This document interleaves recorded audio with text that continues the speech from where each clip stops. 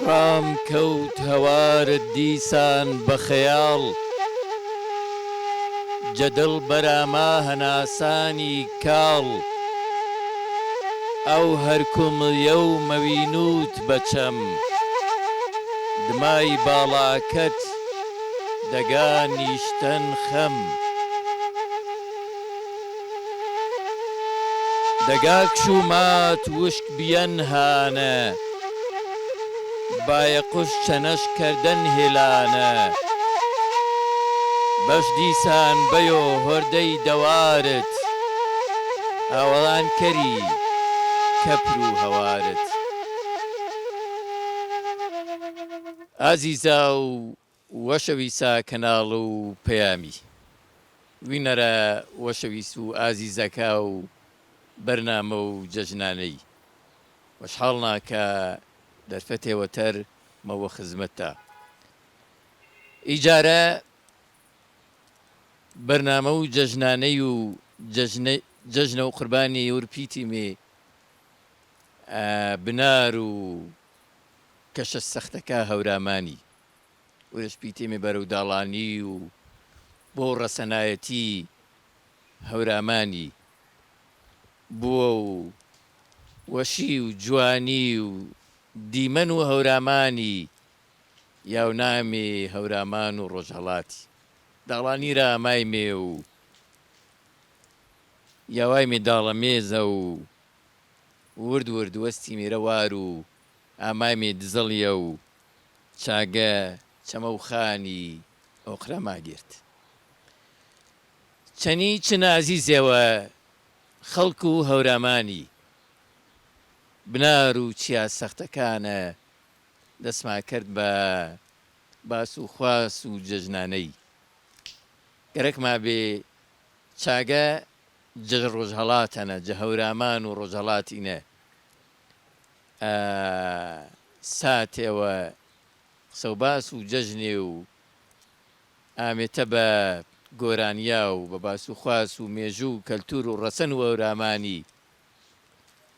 ئاوێتە بە شیعرە و ئەدەبیات و هەورامانی ئاوێتە بە سونەتی و دینداری خەڵک و هەورامانی و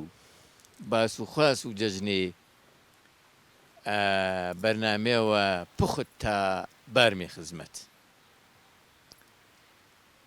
من چەنی ئازیزەکەم کاک کەیوانی بەهرامی مێژوونووس، کاک بەهرۆز محەممەدپور ئەشناسیا بە شارۆ شاعیر، کاک خەفوور ڕەحمانپور کەسایەتی ئاینی خەڵک و دزەڵیێ،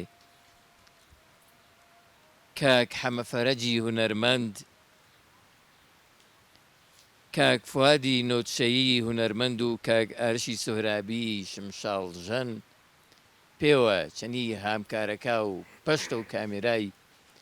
ئی جەژنێ تا چەنە کەرمی. ئەوەڵین چێوگەرەکمانە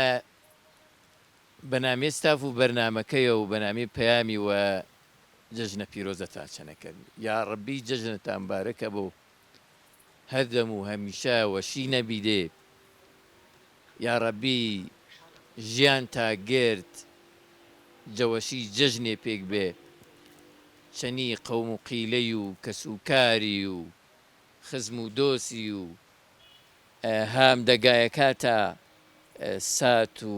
کاتێوە وەش بەردێ سەر ئینشاءڵڵا. ئومێد کەرمێ چەنی بەرنامەکەەوە ئێمەیج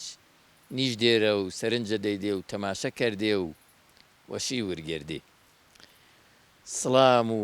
ڕەحمەت و جەژنە پیرۆزەیش عەرز و حازریا کرد و جەژنە تا پیرۆزە بۆ دەستیبەشی تاوە نەکرد و کە بەرنامەکەم نامادێن دێ و ئیمانداریە ئالتا کردیمێ خۆی گەورە بەرەکەت و زۆیانە تا و نیشتیمان تا و هەورامانی تا و علم و زانیاری تا. مەمنون ناقوربان دەستاوەش بۆ یاخوا.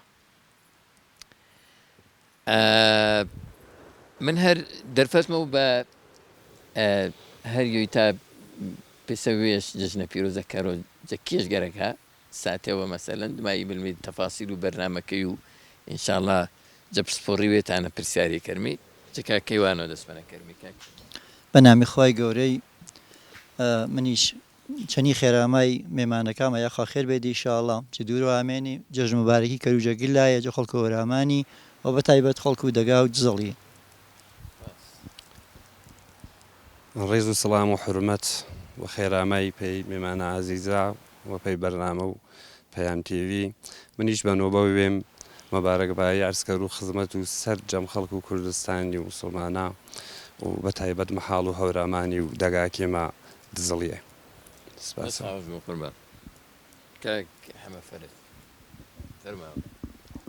منی جەژن مەبارەکی کەروجە تەمام خەڵک و هەورامانی و خەڵک و دزڵی و میمانە وەشەویستەکە یاخوا خێر بە یا جەژنەشە مەبارەکە بۆ جەژنە گریاگە گن ئیسلامە پیرۆزە بۆ خوا پێغەمبەر گر کەسی موافق کەرو بە نامۆ خۆی منیش بە نوبەت وێم خێرامەی کاناڵە عزیز وەشەویستەیە کرد و تەشریف شاردن پێ دەگا وەشەکۆ دزڵی جەژنە تا پیرۆزە بۆ ئیشەڵڵا گر ساڵێ تا جەژنە بۆ هەمیشە سڵامەتی بیدی جەژن بارەکبایی ماچوو بە خەڵک و سەربەرز و هۆرامانی کوردەواری هەمیشە شادیە نەبیدێ منیش بەنەوبەوێم خێرامای تاپەن عەرزکەر و خێر بێتی سەر و چەمامە دەستاوەش بوو جەژن مەبارەکیش ماچوو بە خەڵک و مەنتەقە و کوردەواری بە تایبەت هەورامان دەگا و دزڵی خێر بێتی سەر و چەمامە و دەستاوەش بوو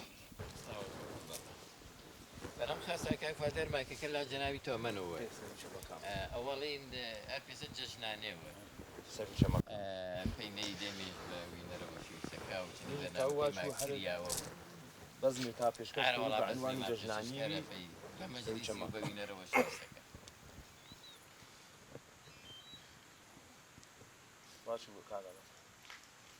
دەست پێ بکە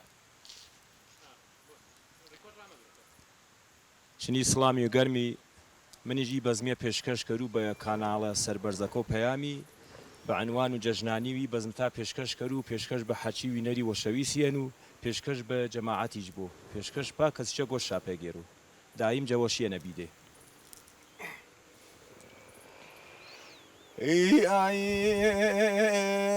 جابي باخيك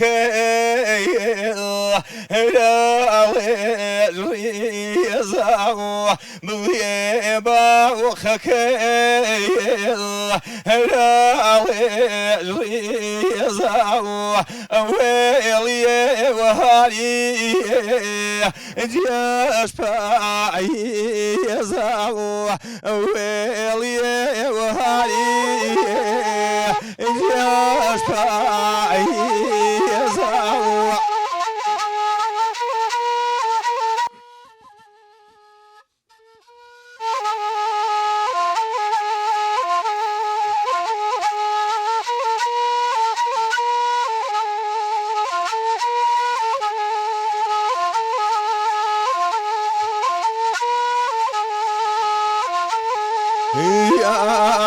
ديارو ججنين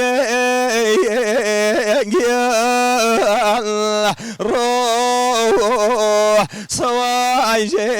ججنينو من شري بارونكاك ججناني بيتو من شري باروني ججناني بيتو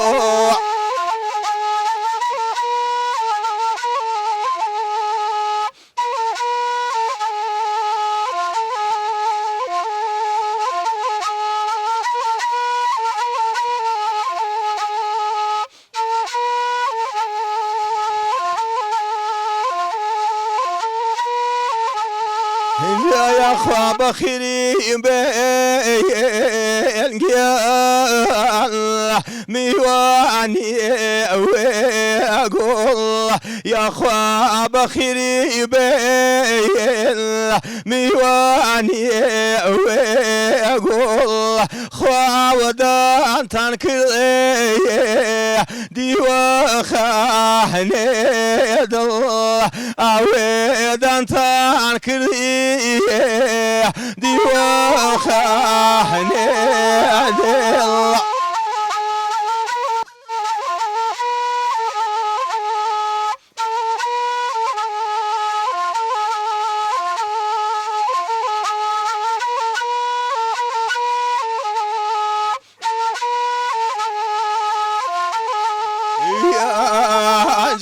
قلاني وهاري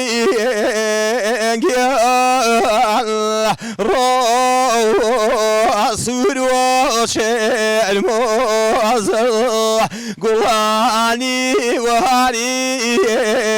سور وشير موزر خوارنگين شاكر يغيل كشوكو كيمر رنگيني شاكر يغيل كشوكو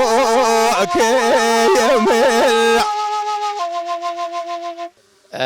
دەستا وەش بۆ یاخوا مەمنون وێی نەرەوە شەویستەکە پێینە ئێمە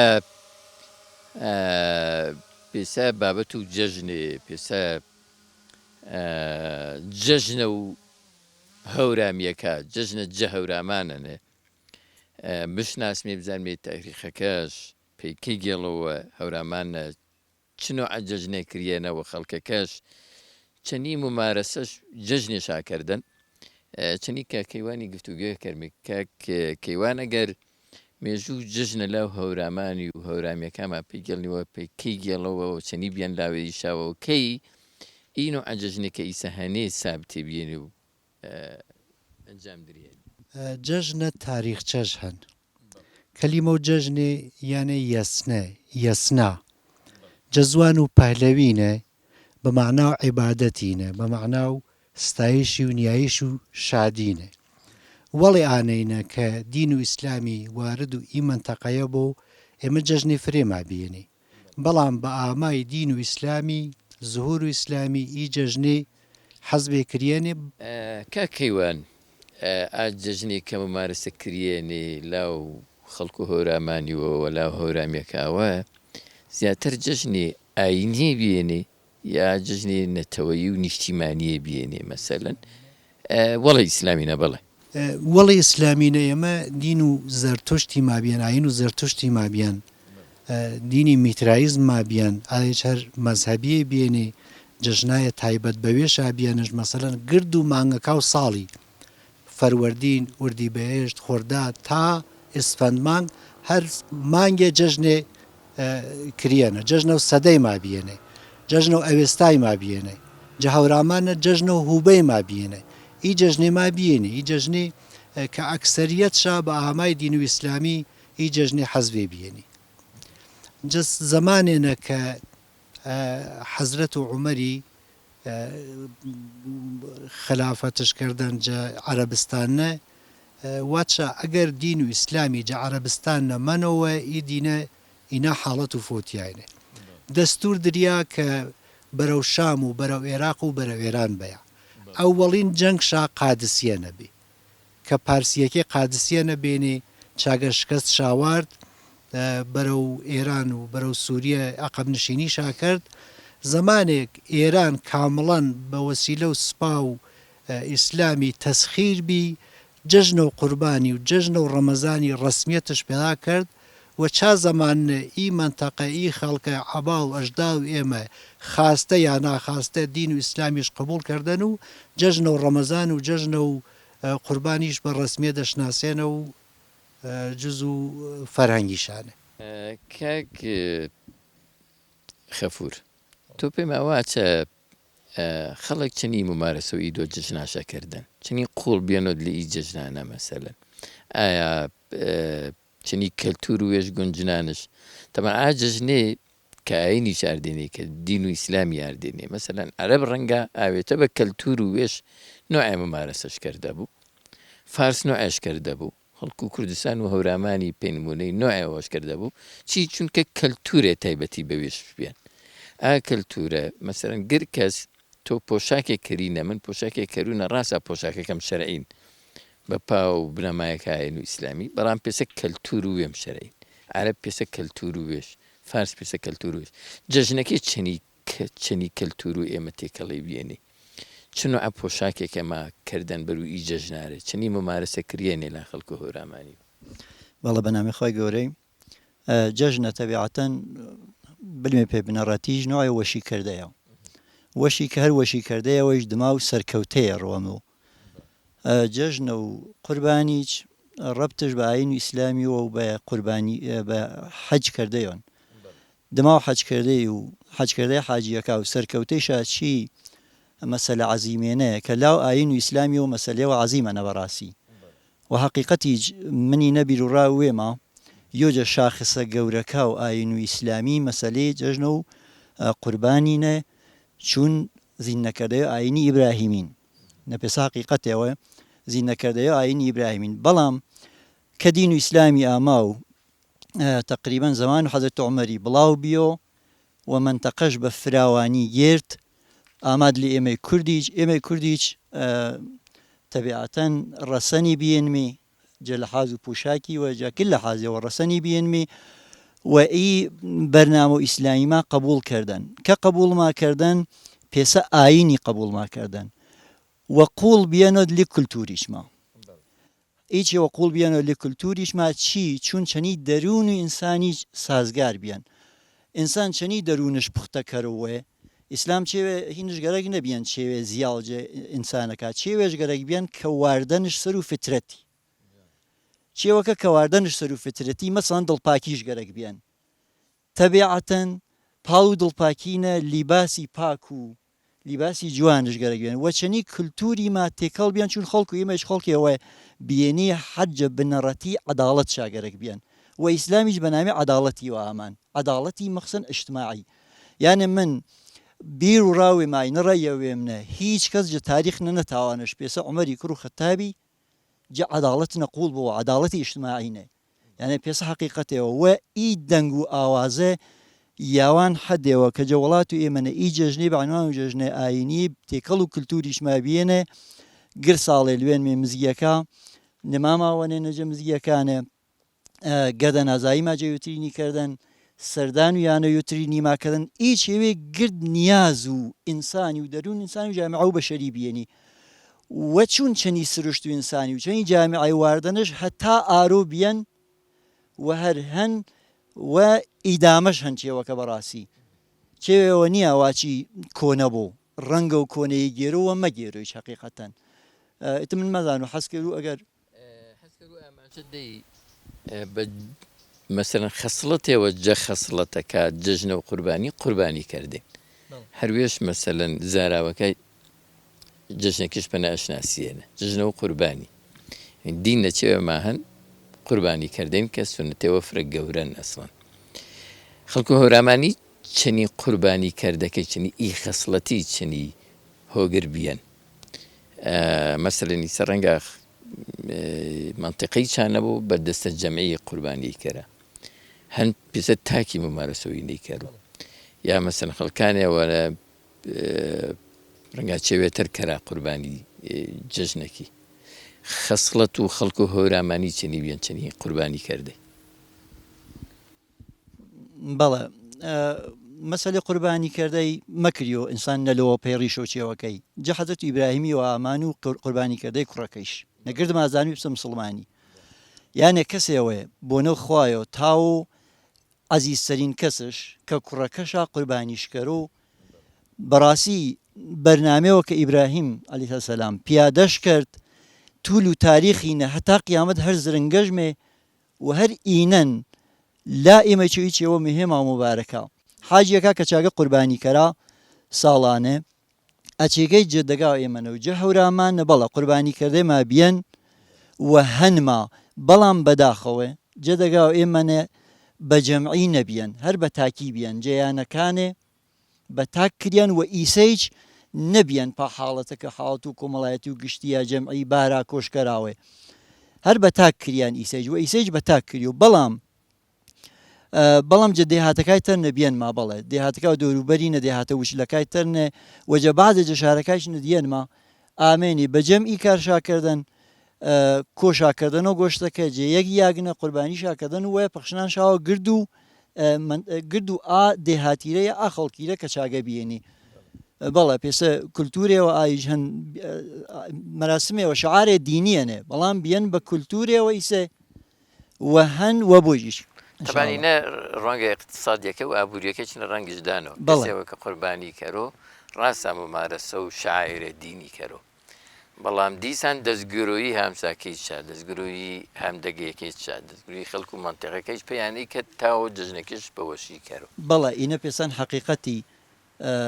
مەسەلی قوربانی کردەی واتمان شاری کردین هەر ئاشەوەیە کە قوربانی کردی و ئاخەڵکە گرجە گۆشتی بەشدار بوو ویانە و گر کەسینە بووە و گۆشتی و چاشتە و جەژنی کە یۆ چاچێوانە من دوێم حەز کرد و گر بەیانیە وەڵی ئاینە بری پێمزگی بەڵاستی چاشتە و جەژنی واردێ بوو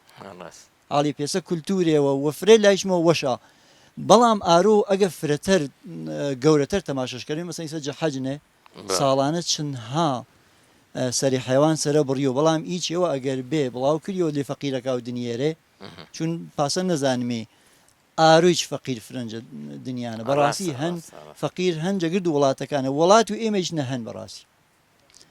بەڵێ ئیچەوە جە لە حاز ئابووری و جە لە حاز اقتصادیوە نەک هەرواجی پێ فەقیرەکەی چرخەکە گنۆگەڕ کابرای قەساب کابرای حیوان ورش وە گرد و خەڵکی چرخە گنۆگەڕ وە جە لە حاز ئابووری و اقتصادی و بەڵێ تاسیرشن دەستاوەز بۆ قوربان کاک بارۆز هەر بامەکەکە لا جەنابی تۆ بوو کاک بارۆز ئەگەر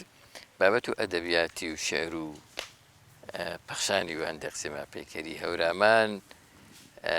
چ مەوقعەیە تێوەشان چی بوارەنەوە شاعرەکە هەورامانی دەست و قەڵەم چەنینە تەحریقشا چەنینە هۆگریشا چەنینە چەنی ئەدەبیاتی دووارە ڕزڵامی خزمەت و جەنابی ترێم با وەڵچانەیە من پێسە مڕەخنەیەوە وچلالەی ئەگەر ئشکاڵش نییە ئیسە شایدی بەرنامەکە و شمە چێگەر پاسە نەلیویا بۆ پەیتا ئێمە باس و جەژنێک هەرمی واقعان کە جەژنە بێ ئاویرگا و ئێمە بەژەنێوە ئاویرگامە گەرمەنێ ئالا هەریاگە ئالاش نەبوو چەنێ ئایانە ئەجۆ محبەت و شی و چەنەش بارش کردن کەچی ماچمێش بارەتەر پشتەوە هەر پیایەوە سەرکەوتەی نەژەنێەوە سەرکەوتەی هەنێ بەڵام جەکۆڕەکە و ئارۆ ئێمەنێ ژەنی حزورش نییە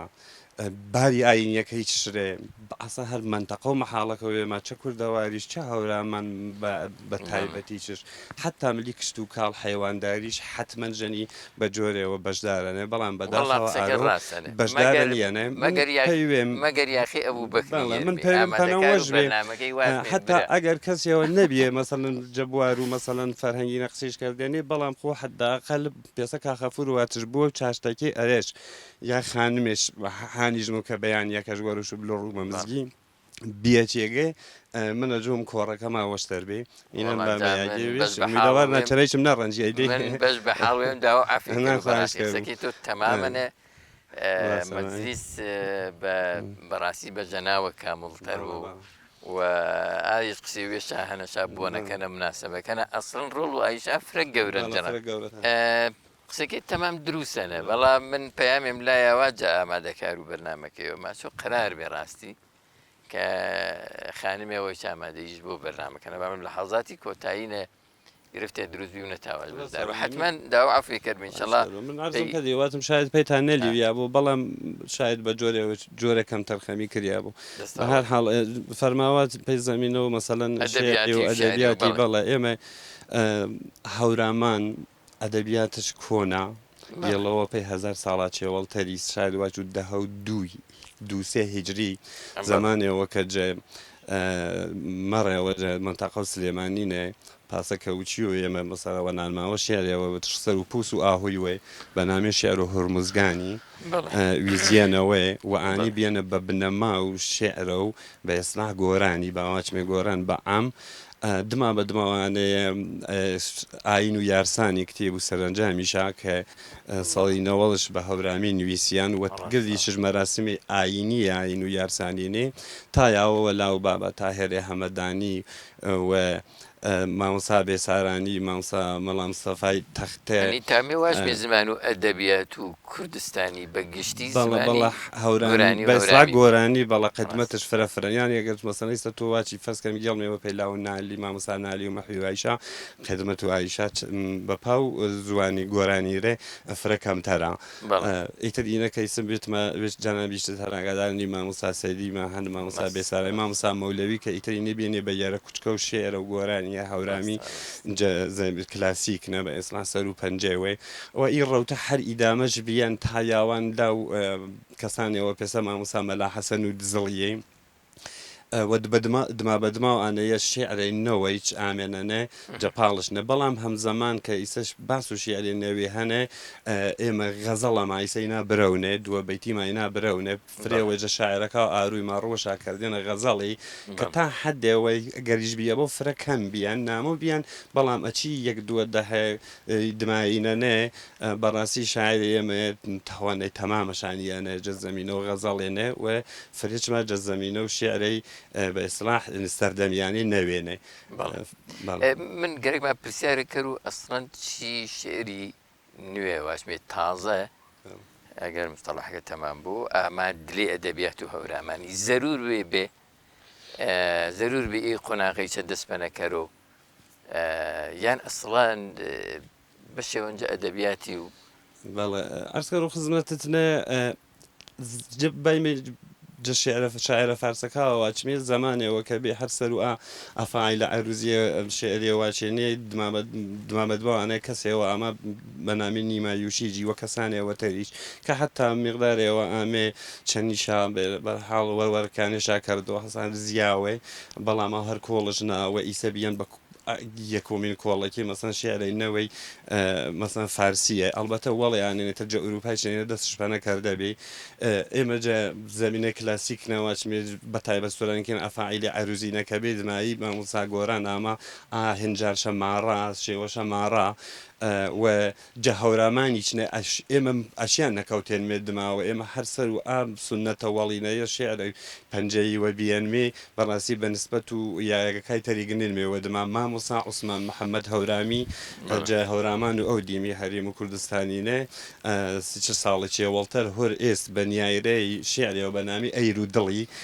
بی بە دەستپەنەکەر و شێعرە و ئارۆ و نەوە هەورامانی کە دما بە دماوانەی دوێ شوونی شرە کەسانەوە پێسە کاکەڕە و مەحمودپوری خەڵکو دەگات زڵیێ مامۆستا جەلیلە عەباسی کە ئیسەی ناچەودیم و خانم کلسومی عوسمانپور ئینێ کەسانێەوە بێنێ کە تەوەنە و شێعرێنەوە و هەورامانیشا نیارێ و ئیسەیچە هەر بەردەوامە و ماشەڵڵا هەم ئێمە خانمێمە هەنێ شێعری نەوێ ماچا و هەم کەسانێەوە تەرێ پێسە بەسرا پیای جوانی تەرێمە هەنی کە کەوتێنە شێرێنەوە هەورامانی و وەشبەختانە گەشتبینێن توگای بێرۆ پێسە جەژنانێەوە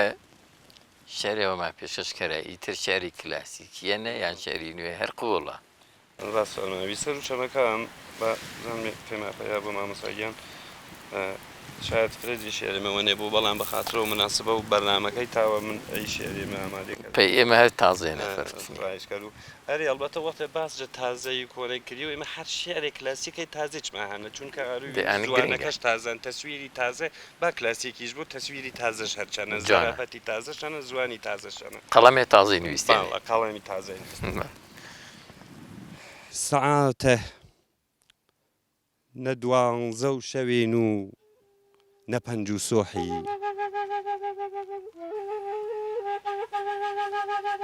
سەعاتە نە دوانزە و شەوێن و نە پەنج و سۆحی نە بە وەخت و فەلەستینی تەوەنینە و نە بە وەخت و شاماتی باروتە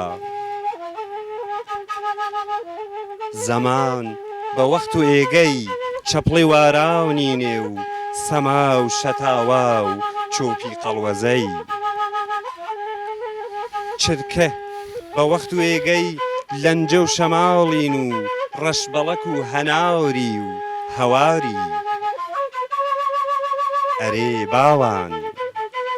ئەرێ باوان سەعاتە بە وەخت و ئێگەی هەورامانە هەورامان سەعاتە بە وەخت و ئێگەی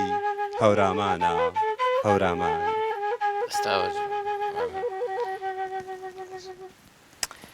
دەستاوەز بۆ قوربان کاحمە فەرەج گەرەکمان چەندی جەنابی قسەی کرد وەڵیانی نەوات و چێوەما پێشکەشکارێ زانوو تۆی جار هونەرمەندە دەستڕەنگینەکانی نامێ و بەرهەم و مەکانەت دیارە حەزکەر و کچێ باس و جەژنێ ما پێی کەری بەش بە حاڵوێت ئا جەژنێکە کەردێنێت کاک غەفور باس وانەیش کەرمان چۆ تام و لەزەت و چاشتە و دەست و ئایامە واڵایامە جژنە لە هەرگیز جیاوە مەکری و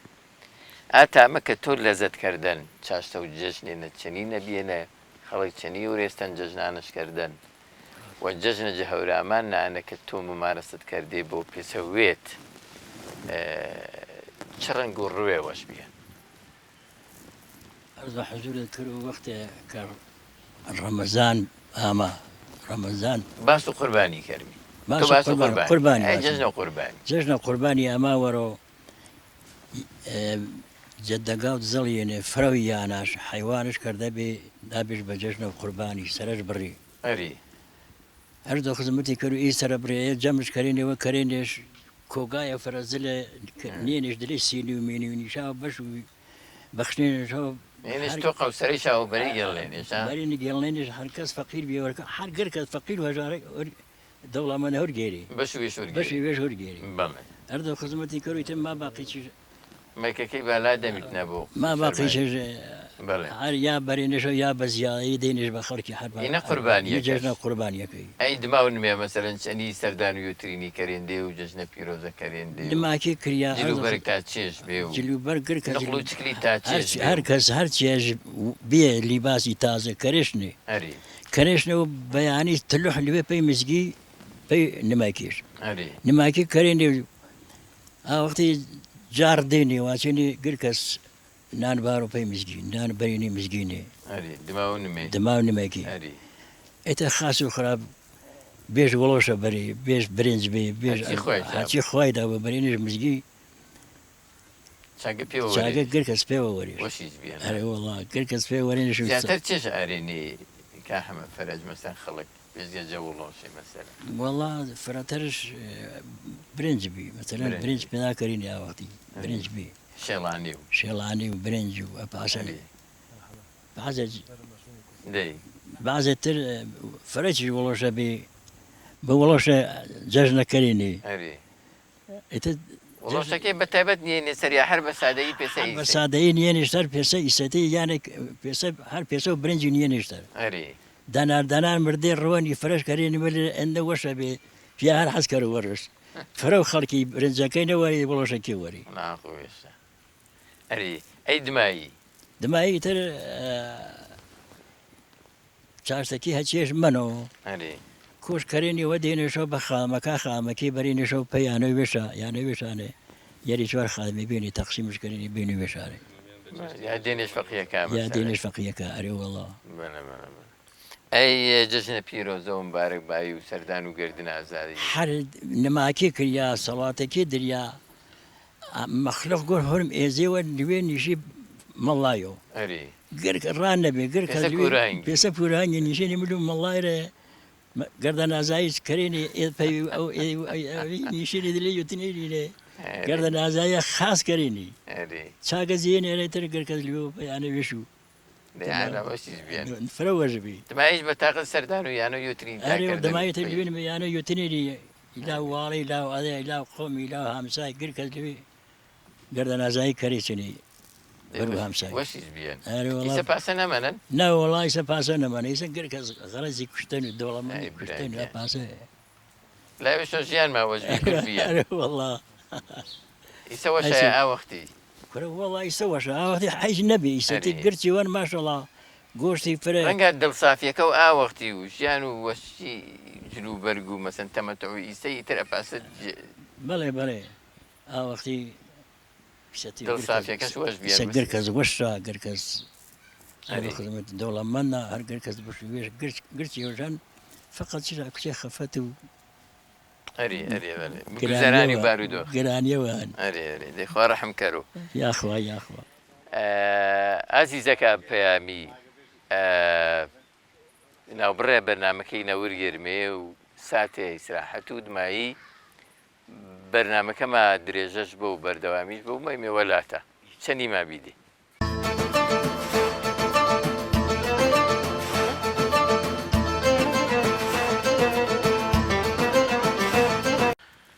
بەنامی خۆی ئامامیەوە خزمەت تا وینەرەوە شەویستەکە چارەتەر جەژنە تا پیرۆزە بۆ هەمیشە و بەردەوام دڵتە فەریح و شادمانی و پەڕپەڕ بۆ جەوەشی و جەبەختەوەری ئینشاءالله. عەزیزەکەم دەست بە بڕگەکە بەرنامەی کردووە و نیسان ملمێەوە خزمەت و کاک فواد نوتچەی هونەرمەندی و داواش فەنەکەرمێک کە بابەتی تەرمان پێشکەشکەر و فەرماوە. سەرچەمەکان پێشکەشکەری بەزمیشە بە ئی ئازیزا وەشەویسە و پێشکەش با کەسچە گۆشا پێگەر و میدوانە بە دڵ تا بوو. سپاس. ای نگای جام میکر نگای جام میکر تماشای پیری و بیانگا و میکر اری عزیز بیانگا و میکر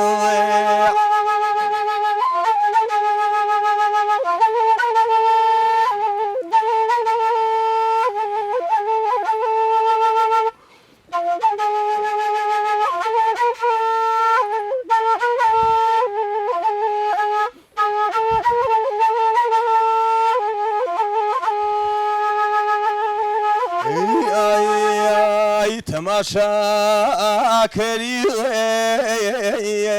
رنگ و رخسار میو تماشا کری رنگ و رخسار جرشی تری ساو بی بدو چارم اری عزیز بی بدو چارم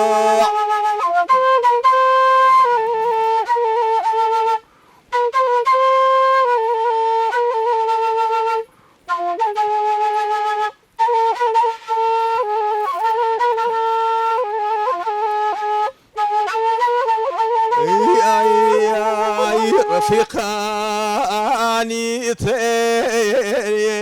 شاسي رفيقاني تيري رشاسي ريشو مني ماشي باخي بي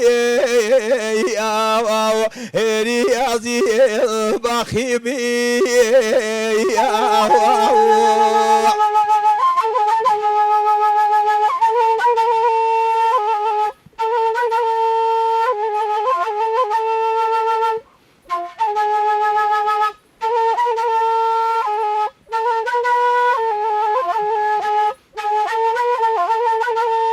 كاتمي شريمي قنولا ريشمي كاتمي شريمي خوا قنولا ريشمي قلولا زيد لك بريشم رياضي لك بريشم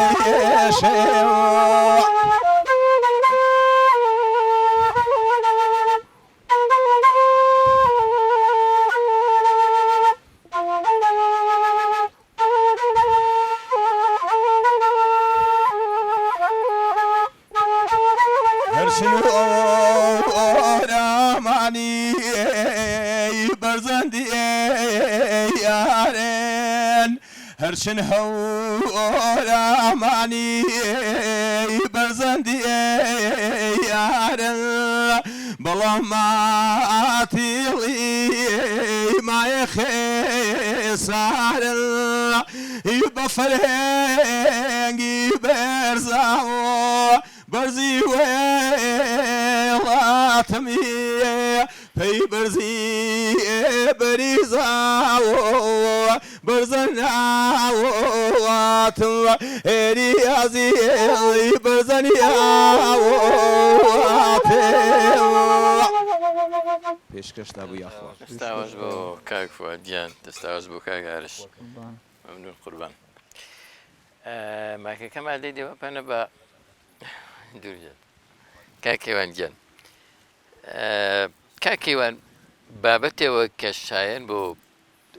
هەڵوێستیەوە شەنە کەرمێ بابەت و ئی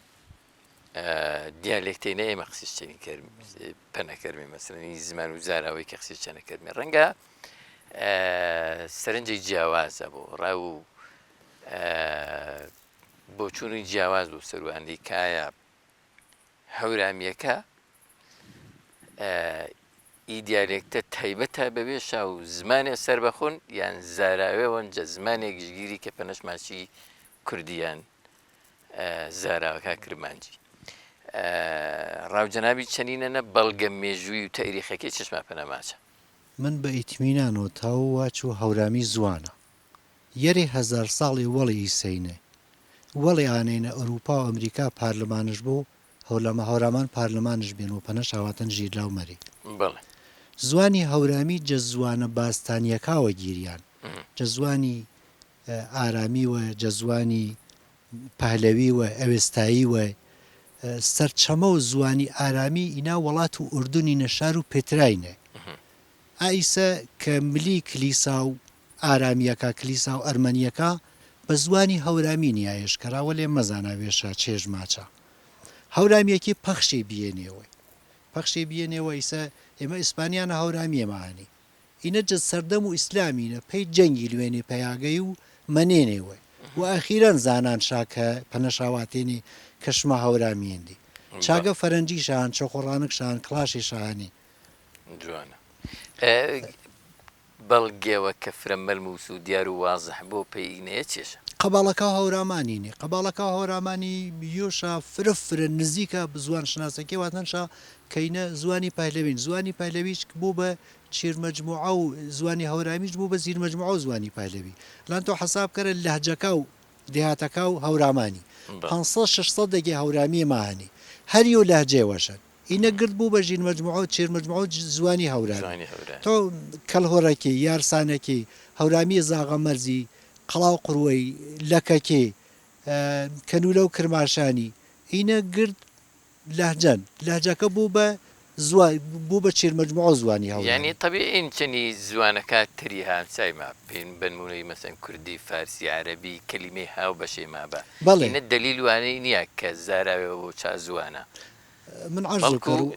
کارێەوە طبیعین پێ چەنی بەلوچەکی بەلوچستانی شاید واچ و 50-60% کەلیماتەکاشە هەورامین و ئی هەورامی ئا بەلوچە و هەورامی و لاجەکای تر ملەوە سەر و زوانی پایلەوی زوانی ئارامی ئەسەن زوانی ئارامینە بە شاشا نەبیێن واتەنشان مەلیک بەڵام زوانی ئەشکانینە زوانی مادەکانە بە مەلیکی شاواتەن شا ئەردەڵانیەکی کە 1950 ساڵی حکومڕانی شاکرد بە هەورامی نوویستەنشا بە هەورامیش قسێ شاکردێنی شارەکە و مەستورەی ئەردەڵانی دەلالت سەر و ئانەیە کەرا کە هەورامی زوانە زاراوە نییە لەهجە نییە کەس هەن ئینکاری ئیجۆرە تاریخ و حەقیقەتەی کەرۆ بڵێ چیش کەرۆ کاری کەم کریان پێ هەورامانی ئێمە سەر ئەخیرەن خاستەرە بەڵام جە کولنە زوانی هەورامی نە حاڵەت و فوتیانی چێشکردیەوە پەیانەیەش و تەلەڤیزیۆن بنیۆرە پەیانەیەش و کارش پێی کردی و ڕۆمان بنویسی و تاریخ بنویسی و بە زوانی هەورامی مەدرسەنە ئانێکە هەورامێنی حەداقل مەدرسەکەنە بە زوانی ئەلایی وێ شخصیکە ئینە تاوە کۆمەککەرەوە ئێمەیسە باشوورنە ئاگردە مەسئولی هەورامیێما هەنێ نەتاوان شاک شەبەکەیەوە پێی هەورامانی بنیارە و چند نەفەری ئێستەخدام کەرا و کە گرت ڕۆکەرە ئاشەبەکە و مەساحبەشا بۆ تاریخشا بۆ نوویستەیشا بۆ قسە و باسشا بۆ سەر و ئەگەر ماکەکەی وەرگێری قسەی کەری ئافۆکارێ داوافی کەرو کەدام لێ قسەکەش ئەلبەتە ئێمە من پێیوێم ماچوو ئەنە بە نەزەرە من کەسێەوە تاوە قسەی کەڕ و سەروی مەسەلی زوان و لەهجەیەکە چا حەوزەوێشنە مانیا بۆ کارش کردە بۆ بەڵام خۆب تو تەماشە و وڵاتێەوە پێسە فەنلاندی کارە بە 6 ملیۆن نەفەری هەشیمەتۆ زوانی فەنلاندی شاهن ئاڵمانی شاهن و چوار زوانی شاهێنێ بەڵام گردش فەنلاندین ئێمە با هەورامی بۆ با باجەڵانی بۆ مەان و سۆرانی بۆ یا لەکی بۆ یا کرمانجی بۆ گرمە ئینامی چیر و سەیتەرە و زوانێنە بەنامی زوانی کوردی زوانی کوردی مەسەڵەن خاستەر ئانەنەوەچمێ زوانی کوردی کرمانجی زمانی کوردی هەورامی نە بە یاگەویش بەڵام پێی چێشکردەیەنێکە فوتیای شوێ نیژە بەڵێ فرێواتن شانەهایەتن جە هەفتا ساڵێتەر نەفوتیۆ من بەڕاو من وەشبەختانەیە ئامای فەزای مەجازی فەزای هاڵیگای قەسایدانی فەزای مەجازی کۆمەکەوە فرەفرەشکردن پەیمەنەی و زوانەکەمە پێی برەودای بە زوانەکەیمە ئارو ئیتر وینی من چەند کەسێوەتەری جاران بە فارسی نوویستێتە بە هەرامی منویس و وەشبەختانەستە بەرەو دوکانەکەمە خەریکا بە هەرامی منویسی و نووسی و بەستەری چەمە و خانی کلانە وورەشی داڵانی فلان ئینیشام جارانی چیوێ نەبێنین بەڵام کاری بنەڕەتی بەڵێ پسکا کەیوانی فەرماوە جەمەدرسەکانە قوتابخانەکانە وانگایەکانێ شوم دەست بە نەکەڕۆ ئەشم ئێمە کارتۆنێمە با بە نەزەرەوە من کارێەوە کە من ئەنجامژنەوە ڕەنگان ڕێک و وەشکردەی کارتۆنێەوە کە جەشەبەکە پەیامنە یا کاناڵت کە ئیتەری کوردستانینە وەڵا کریاوە ئەسەرگوزار نەبوو تەسیرش نەبوو بەرنامە زارۆڵا بە هەورامی پەنەوازە نیازی ئارویانە و شیا و ئێمن و بە نەزەرەوە من ئەشم کەم تەرخەمێ نەبیدێ ئیشاءالله هەمێەوە چاوارەنە هەن پێی یارمەتووی مۆزوعیدی پێی بەرنامەوەزا من هەرمانە کردی بەڵە من پێ ناسن دوێ ساڵی چێوەڵتەر شیعرێن بەنامی تۆپی نوویستێنێ هورچنیە و جەشنوارە و شیعرە و زاڕووی بەڵە بە هەورامی جەشنوارە و شیعرە و ئیلامی بێنێ حتا مەسەڵەن بڕێ چاش شیعرا کە جە قوتابخانە نەوێ من پێسە مامۆسای ماچوو شاوەکردێنێمە بە هەورامی زارۆڵی مەدرسەی حفزێشانی مەسەڵەن ڕووباوە زاخما بیان ڕوان شقێڕم مەسەلەن یا چەشمەوە سنگ ئینیشا گربیێنێ وەوێشم بازم شعرێتەری واتێنێ داستانی مەسەڵەن کتێبە نووسن بەنامی هەری گۆرانیواشی تەرجمە و 15 داستانە هەورامیان بە زوانی فارسی بیان کردنەوە بە هەورامی و وەشبەختانە دوێ دەفێچا بیان و ئیستقباڵی فرەشی چۆکریا و ئەگەریس بازم چاپیش بەوەیە هۆگرێژە نەفرێنیە باوەڕ مەکەر و ئەسڵەنتە گنۆرە زەمین مامانەوە چوون زارۆڵی ئارووی تەنیا سپاس کاک فؤاد مەمی وەڵات جەنابیتە بەرنامەکەمە ئیتر جەژنەنێ بڵێ ئەشۆم تاوە ناتاوێ شەمەکامی نانی خزمەتانێ ئەمرە کردی بەزمێەوە بەشە بەزمیش تا پێشکەش کرد و شێخانی و تا پێشکەش کرد و بە عنوان و جەژنانیوی کەم و کورتیشیشبی بە گۆرەوی تەعفۆ کردی پێشکەش کرد و بە کاناڵە وەشەکە و پەیامی و پێشکەش و حازریاج بوو جەماعەتی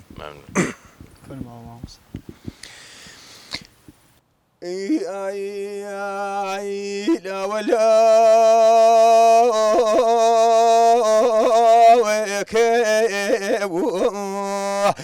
أغيان توبيرو كميبو إجال رجيه قيامه يديلكيان دزگیره کمیه ایل روزیه مشل یا الله دزگیره کمیه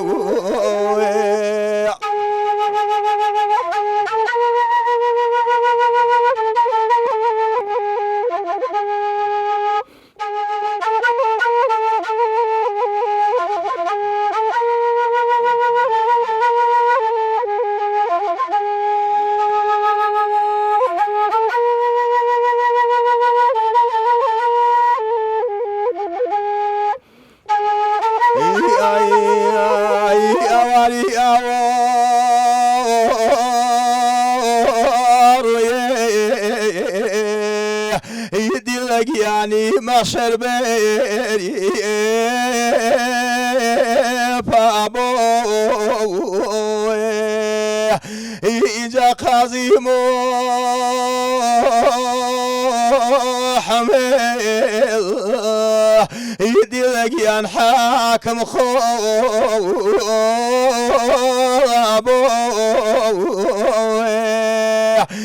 يا قاضي حمل يا لقيان حاكم خوابو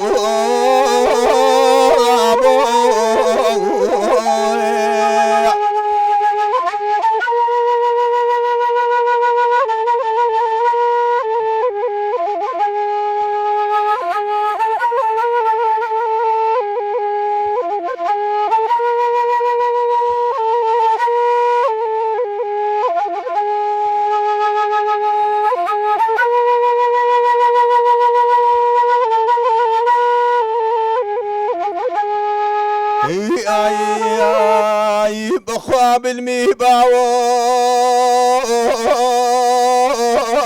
خكون يدلك يعني بياضي تازي يا باباو عليك ياون يا غك يعني قرمي جازي بخوش ناري قولي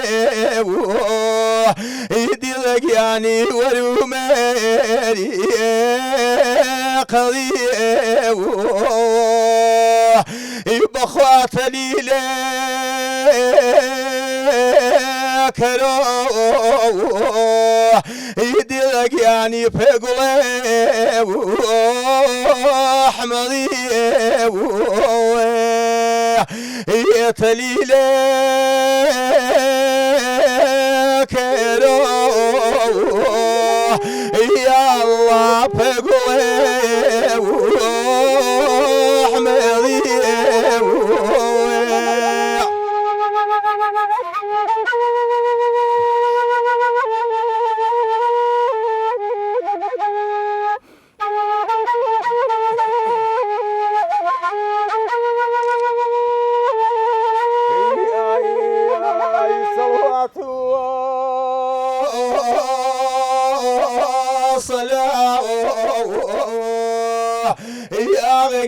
يا شنشيب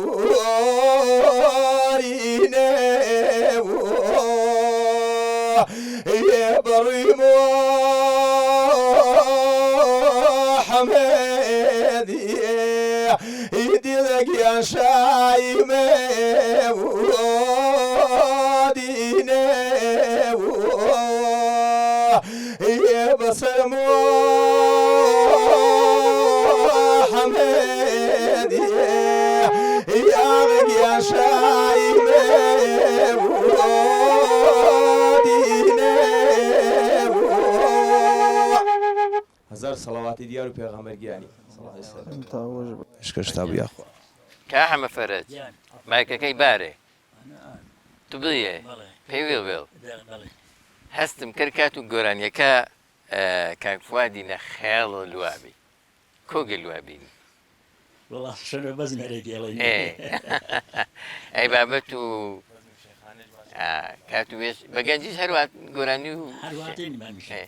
يلا بيني وبيا هلا وقتي والله تكو بيني صدقي وانا مرتي بيني زميا يا بيني صادق على اساس ايه بقنجي هلا والله قراني واتين يا وقتي بلى بلى هذه كان فرق زيادة زمان كان واتين يا مجلس مجلس بقانو مجلس شيخينو زمان جنادي دقينو ديتو كخيال الوابين بس ما كل ديو والله انا يسمع نويستو كامل بيشونو كامل رجالي اتشي ما بيواتشار شيء ما شو ولا قابلوا ججنيو عب بنيار مجلس ججن نشتن يرو بإجازة بەڵام بەزمەکەی بەخوا جارانەمێنی ویڵ دەنگیان جاویرانی ئێمنی ویڵ ڕووکەڵێوەنێ ئازیزی یارانێ ئێمنی ویڵ دەنگیان یاویرانی ئێمنی باخە دیوانێ بخواما خودی وانێ اینجار بردی دێگا ئەی جوان بێیانێ یانێ وڵاوێیانێ یاوانەوێ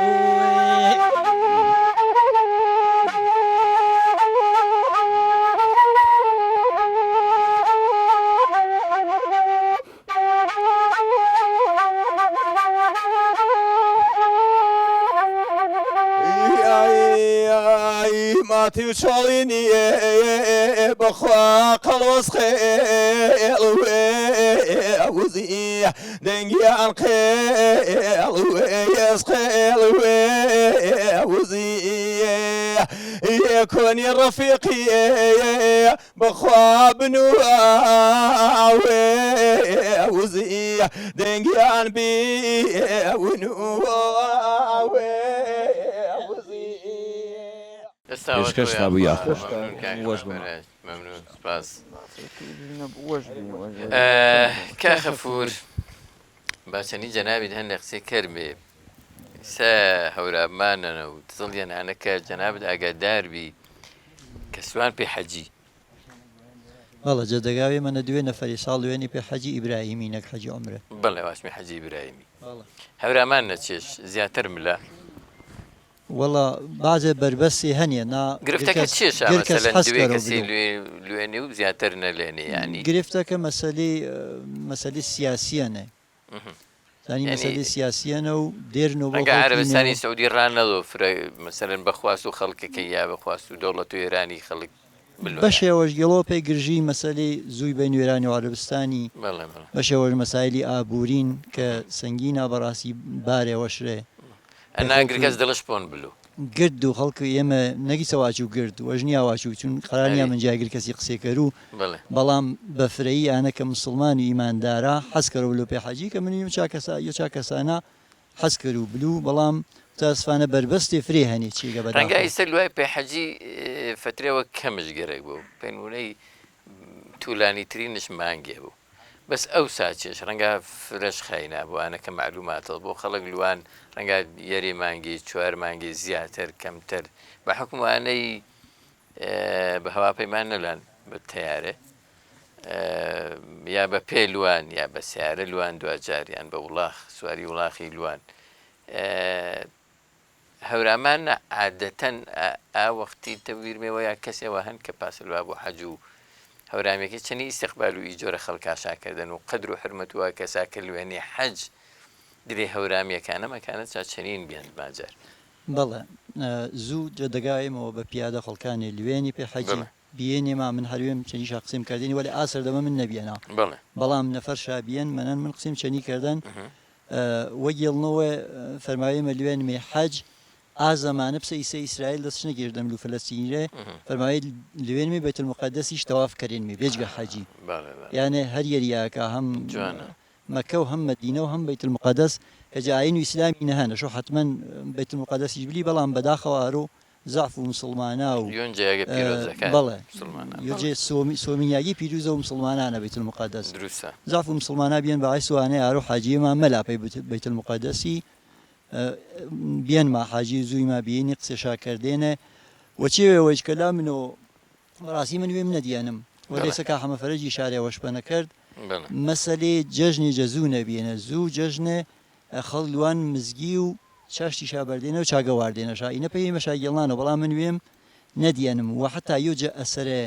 گەورە ئەدەبیە کوردیەکەیش مەسەلەی چێشتی مجێوەر و مامۆستا هەژاری نەچاوە ئامان ئەتاڵ زندگی وێژ گێڵنەوە چاکتی بنێ باش زندگی وێژ گێڵنەوە و وەقایعکاش ڕەبتش بە چێشتی مجێوەریوە ئانن کە ئاچاشتی تێکەڵە بێنەی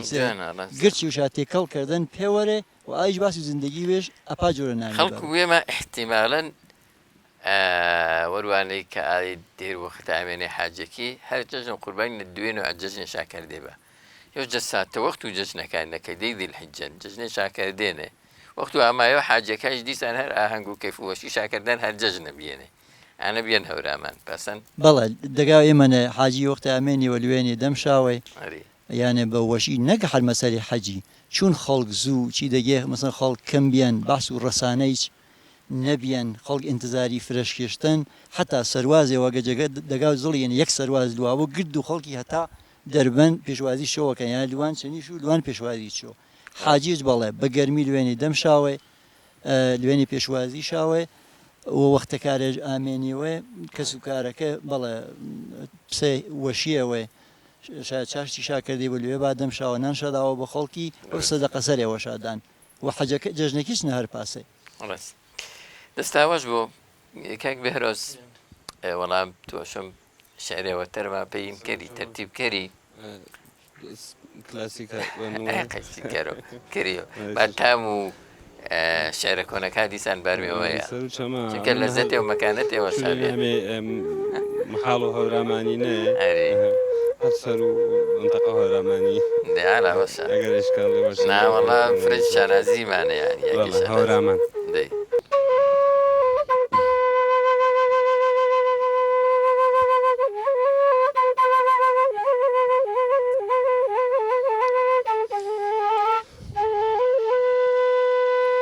شنەی بۆ وەش و هەوراماونی مەی چون بۆی وەرکەمەر پەیداماونی مەی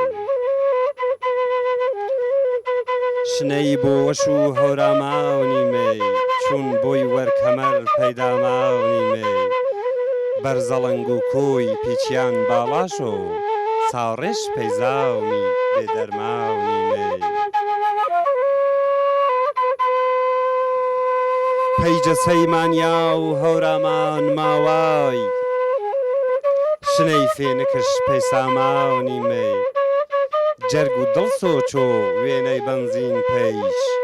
ئارامی پەی ڕۆح لەش و گیاونی مەی کارون و نیلشا و فلسێ و مێژۆ قرمە و تافەکا و پاوسیرواونی مەی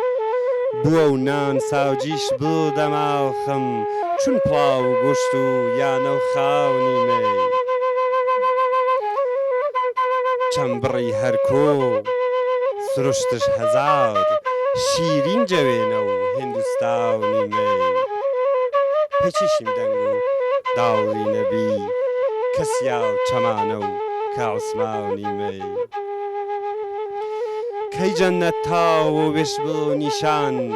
وەختەی ناومێوە جەداریاونی مەی بەهەشتم چێگە کردنە و پاوێ بەهەشتم چێگە کردنە و پاوێ پەی من کەشنە و هەوراماونی مەی پەی من کەشنە و هەوراماونی مەی پەی من کەشنە و هەوراماونی دەست و دەمڵ وەز بە قوربان فرەوەز بێت باس کاک کەیوان وڵا گەرەکمان پرسیاری عەرزە کرد و ئەرزوو جەنابیت کرد و ئەیچانن کە هەورامان خاوەن و شوێنەواری عەجیب و غەریبی هەر تەماشێوەش بەڵگەیکە چەنام ئاماژەت پە نەکردێ یانۆما بەڵێ حەقیقەتی کە هەورامان میلەتێک کۆنش چەنە ژیوان ئاینی کۆنش چەنە بیەن کەسایەتی گەوروپایە بڵندش چەنە بیەن مثلەن شارستانێکی شەنە بیەن ئینێ تا چەند پاریزیێنێ تا چەند مەنێنێ تا چەند ئیسە کە گەشتگەری و گەشتیاری و بە زمان وێمە مەیان مەنتیقە تاوا مەسەرن لەم سوئی ئاسەوارا کەرا پێچەوێ شامەنێنێ و محەفەزە شاوە نەکریان و خەڵکو و هەورامانی مهمە مەسەرن لاشاوەکە مەناوە تەبیعەت و هەورامانی تەبیعەتێ بکرا بەڵێ دەستش نەواردن پێسە یاگەکای تری بەڵێ مدەتێ چێوەڵ دووەرساڵێ چێوەڵ یونسکۆ هەورامانش سەبتی جیهانی کرد بەڵام هیچ کارێ پێ هەورامانی نەکریان سەبتەکە مهم بێ سەبتەکە مهم بێ بەڵام بەڵام لێکەوتە. شۆ تۆ ئایسە تۆلووە هەورامان پارکینگێژ نییە چەنێ 100 ماشینێدار و 50 ماشینێدار و بەڵێ نیازش بە خزمەت گوزاری فرەتەری هەن فقط ڕۆ و کاغەزی وە هەورامان ئێمزایە کریانە و قەراردادێ سەنەدە ئێمزا کریان کە بیان بە یونسکۆ هەورامان نیازی فرەژ هەن ئیسە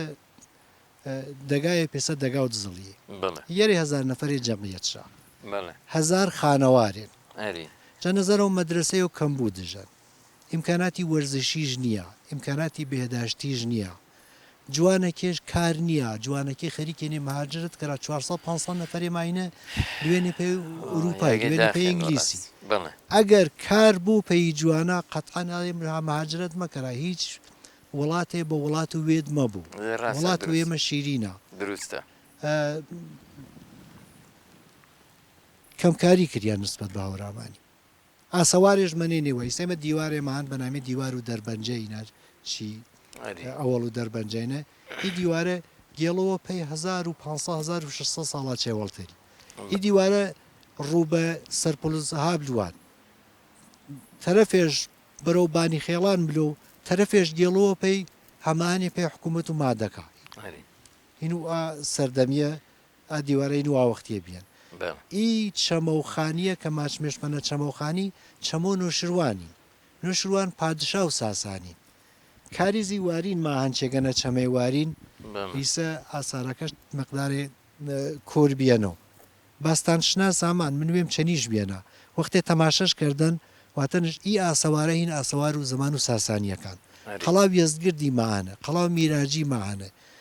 چیوی فری ماهانێ کۆنێ بەڵام خزمەت گوزاری مانیا و کەسێ بەداڵ مامەیاوە دەستەوەش بە قوربان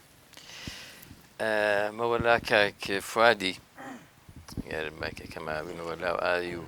کاک فواد وەگەر ئەزێت دەیمەوە جاردار ئەزیاتڵمەمی عەفوەکەرێ خزمەت و جەنابیتان مەمنون قوربان بەسمێەوە تەرمان پێشکەری سەر و چەمەکان مەمنون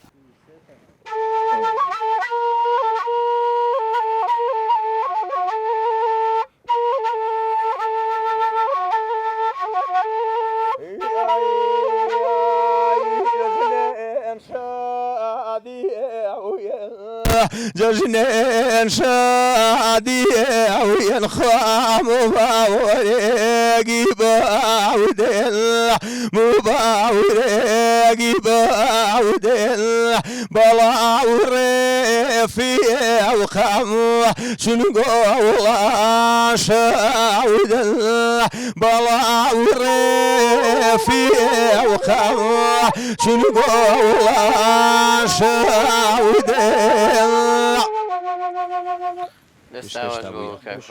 دەستاوەش بۆ کاگارش مەمنون قوربان عادەتەن وەڵا هەر با جەجە ناتۆ دەست بەنەگەرمی کاک بەهروس گردما چەند جەژنەیە مادیێنێت تەمەنما جەژنەکە بەسەر هاتێ و چیرۆکی وەشە شاچەنەنی هەدرێ خێزان و کۆمەڵگە و هامسا و بەرامسا و دەگا بێمانە ڕۆژادێنێ حەزکەرویەوە بەسەر هاتێەوە وەشیم پەیگەڵندەوە هەم پێسە جەژنانەی و هەمیش پێسە بەسەر هاتێ وەش و شیرین و لێ کۆمەڵگەی کوردەواری مامۆستایان من یەک دوێ دانی گەڵنەوە یۆ شامەسەنگ وەشە گاهێ وەختی جەژنەکەی بڕێ اتفاقی ڕوە دێنی مەسەی نەشا باوەڵێنەوە چوو پێ نمونەی جارە شایمە هەر جبەرەوە واچمی هەوا پێسێ هامنێ بێ ڕۆژما ئەدام سەماوەرە ڕۆشنکەری بەیانی زوو پێی جەژنی سەماوەرەکی نەو تەشکەرینە گەڕژگێرتەی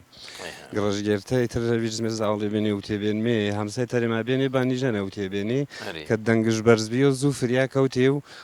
ئامێ پەتوێ شادامرشە کوشنەشاوە بەیانی جەژنێ بینە پێسە چی بێن ناوەشی بێ پەیمانێ بەڵام جاران کە ئێمە ئاوارێ بێنمێ دەوران و جەنگی یانەما پشتە زڵیەوە بێ دەرەوە ناوێژ واچێنمێ وەر و کەوێڵەکە بە ئێسلاح تەیمانە بێ پێی ئاژەڵ و چیوی ئیتر جەژنانێ چاشتی ئیفاڕێنیەوە هەمسەیەکی بەیانی کاسە هەمسا. کاسە هەمسایی بەیانی بەڵێ. زوو وینی مەسەڵەن ئەدام کاسەوە دێ بە ژەنە هەمسەکێمە ئایژ عین و چیوی و من هەمیشە ئێترمان و چاشتەکێ بێمە تکراریە بێنی هەمیشە وەشم جە چاشتەکە ئایشایی بەیانینە کە ئارێنیش فرە لە زتش بێلامەوە بووی وەشە ژێلامە هەمیشە واتە کۆردانمەوە وەشم مەشوە فرمایەر کاسە ئەسکەری تامشکەری زانی چێنینانێ یەکچی کۆتای واچ و ئێمە کاکە شێخ با بێت چێگە مامۆستا کاکە شێخ خەڵکو دەمەیە بێ حدود و 20 ساڵە شاید کاخەفور خاستەرزان و مەڵاو فرەتەریش مەڵاو دەگاکی ما بێت جەمە ڕۆگاوە و گجارەوە خوافۆشکەرەوە گجارێ پێی دەرەو ناوێت هۆشما وەهارێ بێ نما و جەژنێشە دەشتەنێ دەشتەنێ نمەکێشا بەردەڵا شاکردێ دەستا بەش بە قوربان کاک خەفور ئەگەر جەنابەت بەسەر هاتێوە بۆ بۆنەوە جەژنەکانێ بەڵێ منی شەرعا نوکتێکا بێروزی فەرماوە دەرەو ناوی بڵێ زوو زڵی ئاواری بی بەشەش دوابێ مەڕۆگاوە یان دەربن بەشە چلوابی دەرەو ناوی زمانە و جەنگ و عێراقی بەڵێ زمان جەنگ و ئێران عێراقی 8 ساڵی تێمەدلی مسیبەتی نەبێنمی و کاکە شێخ کە جە مەڕۆگاوابی هەر ئا نوکتی پێی منیش هەنە کاک بێروزی فەرماوە مەڕۆگاوابی چاگە کەسێترش نییە بێرە جەژنەشکردە ئاما دەرەو ناوی پێ ئێمە جەژنەشکردە بە جیاواز دەشتەکیە نەکردە و ئێمە زاوڵی بینی فرەوەش بی دوای پێلی ئاجەمعی نەفسە نوکتێەوە نوکتێەوە تەرەیش بیرەوەریەوە منمێ ئێمە زوو یانەما لێ هەوارما بناچەر بیانە وەرو ئاسەختە بەرزەی نەمەری شش ینی حەود ینی دەور و بنە وەزێک گەورێ نەبێنمی ئێتە کە جەژنە قوربانی ئی یانە ئەکسەرەن کەمتەر یانەشابی حیوانداری بینی بزێەوەیە مەیەوە قڕاز حیوانە سەرە بڕێنی کێشێنیش وەزەکی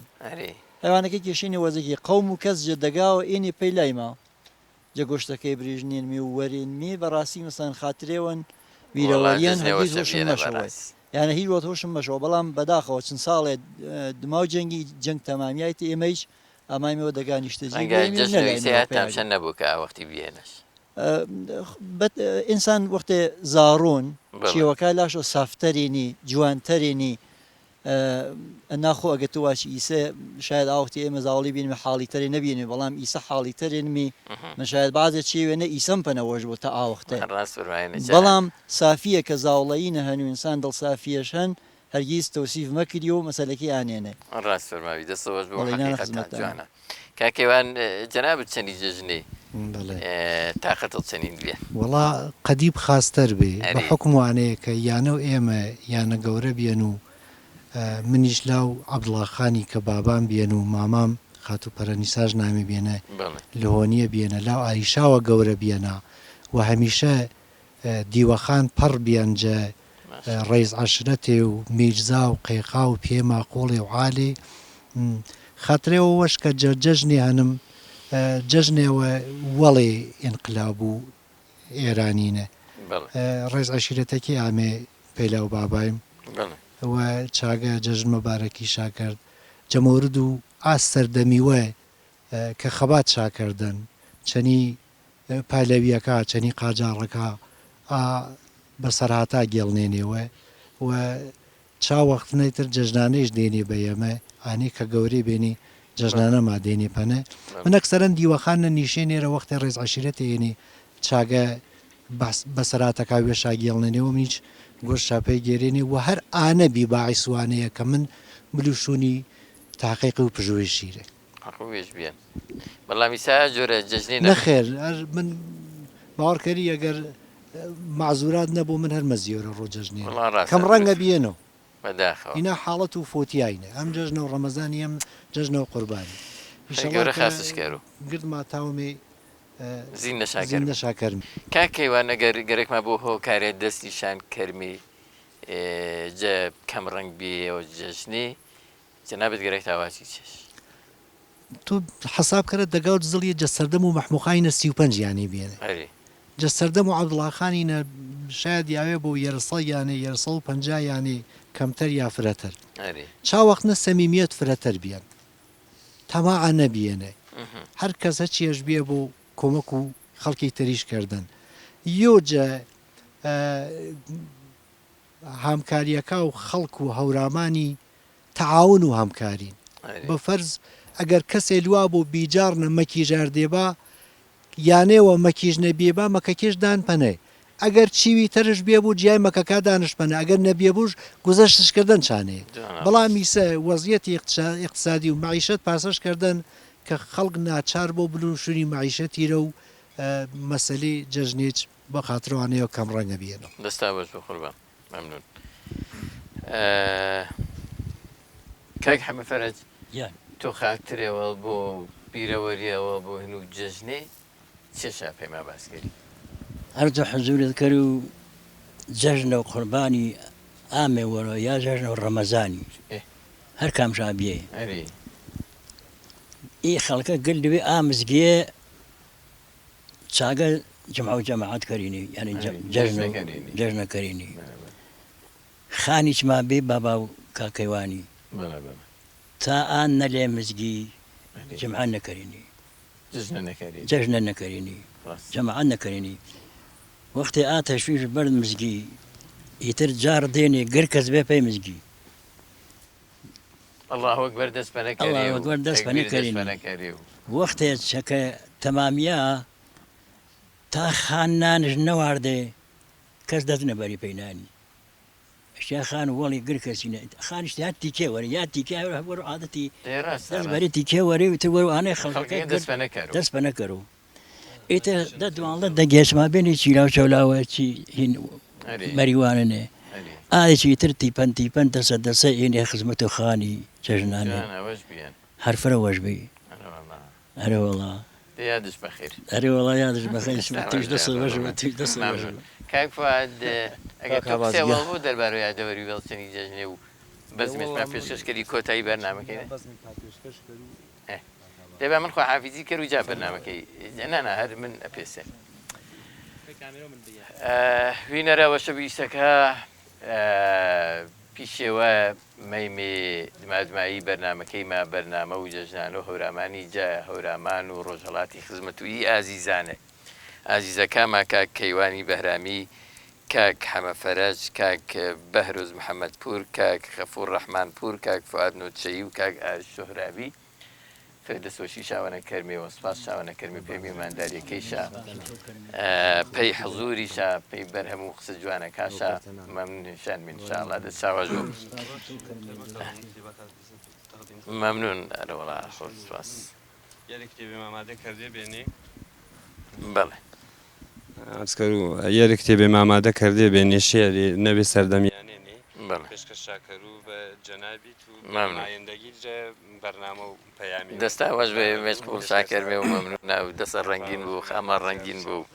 دەستا وەش بێ یاخوا قوربان سپاس هەروەها سپاس و دەستوەشیوەنە و خەڵک و دەگا و دزڵیەکەر و پێی میمانداری شاوە پێی دەرفەتی کە ڕەخسناشە لە ئایشاوە بەرنامە و جەژنانەی ئامادە و پێشکەشکەرمێ فرە مەمنونشانمی هەر پیسە سپاس و ستافەکەیم کرد و ستافە جوانەکەیم کاک ئارام و کاک خالی و کاک بەکر و کاک ڕێوار و جەماعەت فرە مەمنونشانە و دەست چاوەش بوو پی بەرهەمە و کاک فوادی و کاگارشی مەمێ کۆتایی بەرنمەکەی تا بەرنامەوەتەر هەر جەژن و وەشی نەبیدی فەرماوە ئێمەجی بەزم تا پێشکەشکەرمی بە عنوان و جەژنانی و چینی مامۆساعریشی وەشەویسی بە دەست و پەنجە ڕەنگینەکەش پێشکەش تا بۆ میدوانە بەدڵ تا بۆ دەستوەشی کە و جەژنابی تاجە خەڵک و دەگاوەشەکۆ دەزڵیش دەستوەشاش نەکەرو پێمێمانداری بە نامێ مەشامێمان کردیمێ دەستشاوەش بۆ میدوانای بەزم تا بەدڵ بوو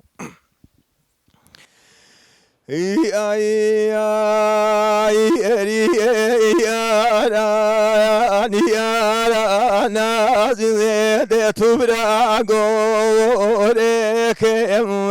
eri yara nazide tu brago ke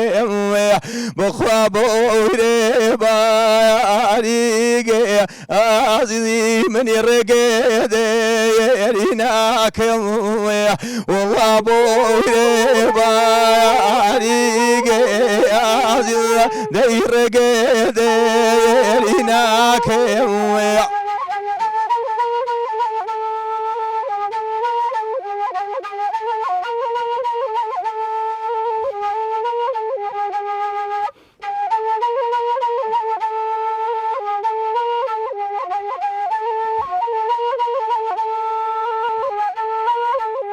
يبخوا قرالي سورة عزيزك يا نرقل شاباني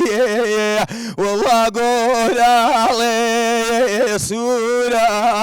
عزيزك يا نرقل شاباني بخوامي شومي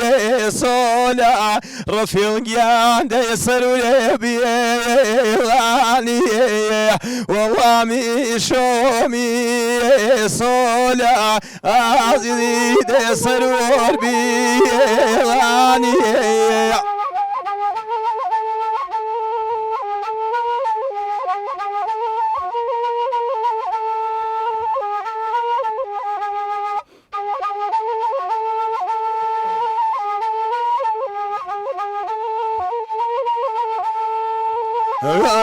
راي بخاري زمي كريانا عزيز خواشو بوكي لوي والله علي زمي كريانا عزيز نشو بوكي لوي بخاري فيقي كناج عزيزي دي براجاني والله رفيقي كناج عزيزي دي براجاني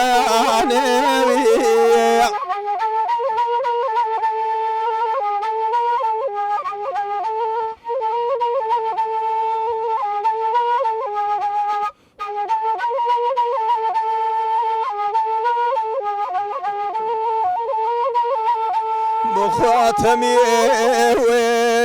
وجاري عزيزي تميزي ويلي والله تمي وجاري كاكي تميزي ويلي بخدان جيدا يعلاني رفيق ياندشي ونجمعي بيري ياران ياران عزيزي دي رفيقي يعني بخاطري وشميتوني عزيزي دي شدني يا فاني وخاطري وشمتوني كاكي دي شدني يا فاني